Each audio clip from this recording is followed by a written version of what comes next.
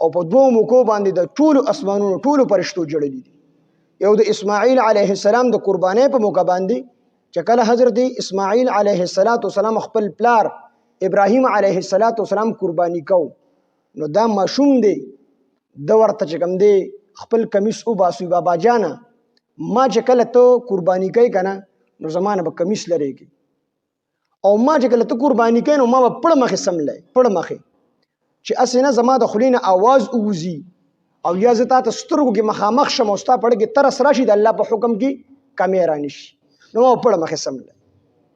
خو بابا جانه کله چې زما دا کمیس ته وباسې نو زما مور له به دا کمیس ووسې، زما د مور په دې باندې تسلي وشي. ابراهیم علیه السلام سر چاړه لاس کې ده او عمر هم تقریبا کم سل کالو عمر دی، او په یو لاس کې د خپل بچي ویښته دي او په بل لاس کې چاړه ده، او الله ته به بره باندې وکتل، وی الله ته څه وایې چې د ابراهیم په زړه کې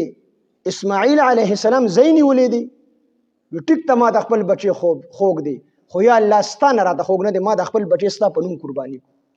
وی د ټولو اسمانونو ټولو فرشتو په دغه موقع باندې جړلي دي. او یو په هغه موقع باندې چې کله رسول الله صلی الله علیه وسلم طیف ته لاړو او په طیف کې دغه درې واړه سردارانو سره خبرې وشو، او هر یو سردار ورته رد جوابونه ورکړل، او ان تر دې چې ماشومان یې ورپسې کړل او د رسول الله صلی الله علیه وسلم په کاڼو باندې ویشتل شروع کړل. 3 میله کې یا 6 میله کې رسول الله صلی الله علیه وسلم منډه والا را پرېوتو به، بیا به چې کوم دی پاسېدو، بیا به یې منډه والا بیا به را پرېوتو. د رسول الله صلی الله علیه وسلم